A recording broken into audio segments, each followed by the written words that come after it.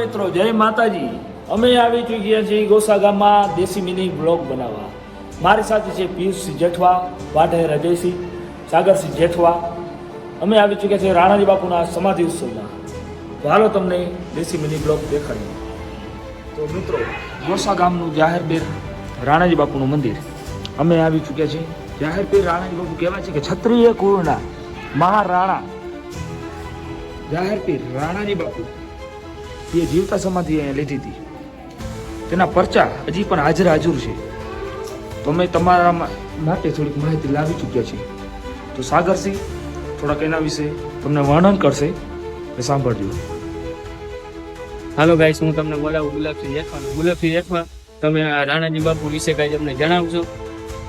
જો આ રાણાજી બાપુની સમાધિ 1200 વર્ષ જૂની છે, બરાબર. એની સમાધિ લીધી તો આ તો પાયા પડી જતા નીકળ્યા સમાધિ. પછી બધી ઇતિહાસ જાણવા મળ્યા કે ભાઈ આ 1200 વર્ષ જૂની સમાધિ. અહીંયા અમારે રૂમ બનાવવાના હતા. રૂમ બનાવવા માટે પાયા કર્યા હતા. તો પાયા ખોઈ જાય એમાંથી આ સીપો નીકળી. પછી અહીં અમદાવાદ પેલા હતા બચ્ચુ ભગત. એ બચ્ચુ ભગતે પછી આ કર્યું બધું. અને એને સપનામાં આવ્યો કે ભાઈ મારી આ સમાધિ છે, તમે મને કાઢો. તમે આ સીપર જેવું નીકળ્યું, અમે જવાબ નાખી દીધી. આપણે તો કઈ ખબર હોય નહીં કે ભાઈ હું છે, એટલે જવાબ નાખી દીધી. પછી એને થોડું તકલીફ થાય, એને પૂછ્યું બધે કે ભાઈ આ તકલીફ અમને પડે. વાચન ભૂવા પાણી ગયા, બધા મંદિરે ગયા. એ લોકોએ કીધું ભાઈ તમે સીપર નાખી દીધી. એનું લેવલ જોડે તમે તમારા પૂર્વજો હોય. પૂર્વજો નહીં. પછી જાણવા મળ્યું કે આ તો રાણાજી બાપુ છે. એ સોમનાથની જાત્રા ગયા હતી, ઘૂમને રાજા હતા અને સોમનાથની જાત્રા ગયા હતા. એટલે સોમનાથની જાત્રા ગયા હતા અને પાછળથી એના ભાઈ નાના ભાઈ ગાદીએ બેસી ગયા હતા. નાના મોટા ભાઈ હતા, નાના ભાઈ ભલે ગાદીએ બેઠા આપણે ગાવું નથી.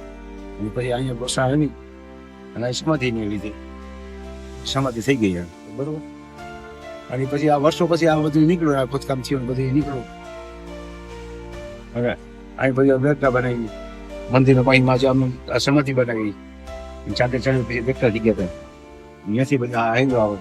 અને એ ઇતિહાસ છે જેઠવાનો બધા આ બધો. એ રાજા થઈ ગયા છે. અને ગોખા ગામે 4 ફેર ભાઈ 4 ફેર વાગ્યું. એમાં આ ગોખા ગઢ હતો. ગઢનો જો અત્યારે છે ને હાલમાં, કારણ કે એ ગઢ કાઢીને અહીંયા આપણે માતાજી મંદિર બનાવ્યું છે. પેલા ગુલાબનગર કહેવાતું.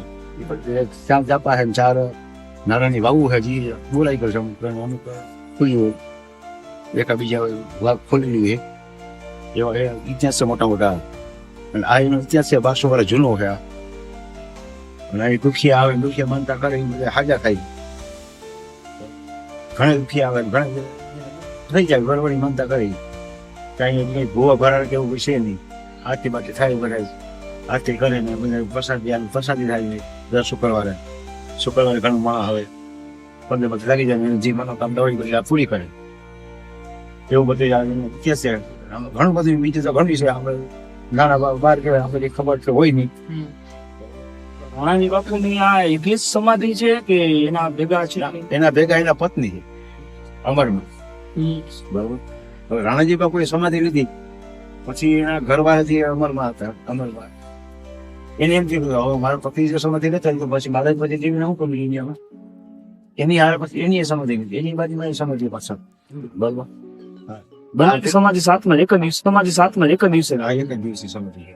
એ પણ જીવતી લેવાની સમાધિ નહીં. આના સ્તંભો ઉભા છે હતા એવા કઈક વાવડ બનાવવાનો હતો. તો સ્તંભનો શરૂઆત ક્યાંથી થઈ હતી?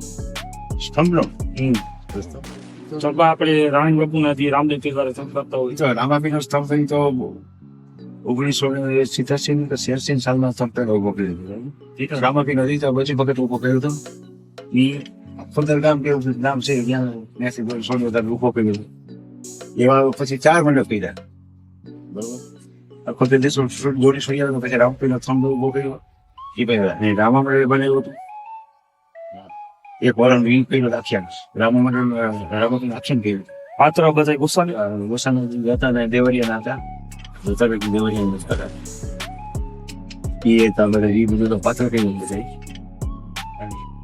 છેલ્લો લાસ્ટ મતલબ આપણે 2008માં કર્યો પછી વખત હાથે જ થયો એમાંય કહું આટલી વ્યક્તિ હું કીધું કે કોઈ જ્યાં સીમા નથી ત્યાં હાલવાની જગ્યા નથી એટલી સારું નથી કર્યા અને એ પછી બાપુજીની બચ્ચું વખતની મરજી હતી અને એને બાપુ સફળ ખેતર કઈ આવી રીતે કરતો હવે એ રીતે થતો એનું મુહૂર્ત જોવું રહેવું હોય આને સપનું આવે કે ભાઈ આ મુહૂર્ત ને આ ટાઈમ ને આ વાર એટલે અહીં જે ગામના લોકોને કહી દે ભાઈ મોટા ગામના લોકો જે હોય એને બોલાવી દે કે ભાઈ એટલા માણસો છે ગામના મોટા આગેવાનો એને બોલાવી ભાઈ આ મુહૂર્ત આવે ને આ મને સપનું આવ્યું તમને તમે જોડાયો તમને ઠીક લાગે બરાબર જોરાયો તમને જો આવું મુહૂર્ત આપો મને સપનામાં જે મુહૂર્ત આવ્યું એ તમને યોગ્ય લાગે તો એ આ સાચું બાકી કો એ પછી બધી ગામના સાતપું ને બધા આગેવાનો જોવડાવ જતા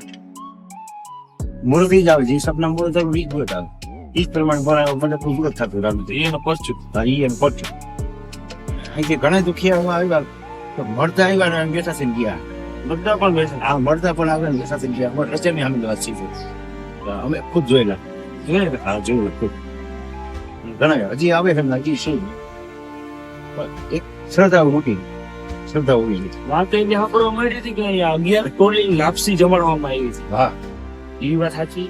હા સાચી વાત છે નવથી રસોડું આવ્યું નવથી ટાઈમ 30,000 35,000 ચાલુ મને જાઉં છું નવથી 30,000 અને નવથી રસોડું આવ્યું 9 ટ્રેક્ટર હતા પ્રસાદી લેવા જતા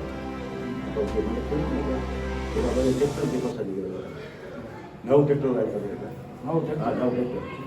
નવ દિવસથી રસોડા એમાં પાછા ગામના બધા આવતા પ્રસાદ સેવા કરવા હા અને 9 દિવસથી અખંડ પાઠ હતો રામાપીરનો અખંડ 9 દિવસ આપણે જે 12 કોલ કરીએ 3 કહેવાય 3 દિવસ હોય રાતે ચાલુ થાય રાત દિવસ ને પછી રાત હા આ 9 દિવસ એમાં 9 ગામને ગત હતી આસપાસના જે ગામડા છે 24 કલાકના વારા હતા 9 દિવસે 9 ગત અખંડ પાત્ર એમાં મારા ભાઈનો છોકરો એને આજકી આવતી મારા ભાઈનો છોકરાને આજકી આવતી હાલમાં આવી મારે સામે બરોબર એટલે એ દિવસે આઠનો ત્રીજો દિવસ કે ચોથા દિવસે જતો અને આજકી ઉતરી એટલે બાપુને પૂછ્યું બાપુ શું કરું આજકી ઉતરી એટલે બાપુએ કીધું ભાઈ જો હું બીજું કંઈ કહેતો નથી હું કંઈ જાણતો નથી દવાખાને જવું હોય તો તમારે શું જ્યાં રામપીર આપણે બેઠા છે એનો પાઠ ચાલુ હોય એને દર્શન કરાવવા હોય તો છૂટ છે બરાબર હું તમને દવાખાને જવાની છૂટ આપું કારણ કે બીજું કંઈ થઈ જાય તો ગુનામી આવે કે ભાઈ આ બાપુએ ના પાડી છે ભાઈ દવાખાને ના લઈ જતા તો પછી નાનકડા ભાઈ મારે શું કીધું જો અહીંયા બેઠા દવાખાને જવાની જરૂર નથી બરોબર રજન સામે ખર્ચો અને એ ટાઈમની અંદર પાછમાં લઈ ગયા જોતના દર્શન કરાવ્યા રામાપીરના એ ટાઈમે આજકી બંધ કરી આજકી હતી આ છોકરો આજકી હતી આજકી નથી આજકી ડૉક્ટર એના ડૉક્ટરે કીધું 5 વર્ષ થાય મોટો થાય ત્યાં સુધી આજકી જાવ એનું કોઈ ગેરંટી નહીં શું થાય શું નહીં આ એક મોટો ખર્ચો એનો નજર સામે આવા તો અનેક પરચા ઘરે થઈ ગયા આપણે ઘણમાં બી ગયા વાત કરવા બી બહુ લાગુ થઈ કંઈક પત્રની વાત આપણે બીજા ભાગમાં કરશું.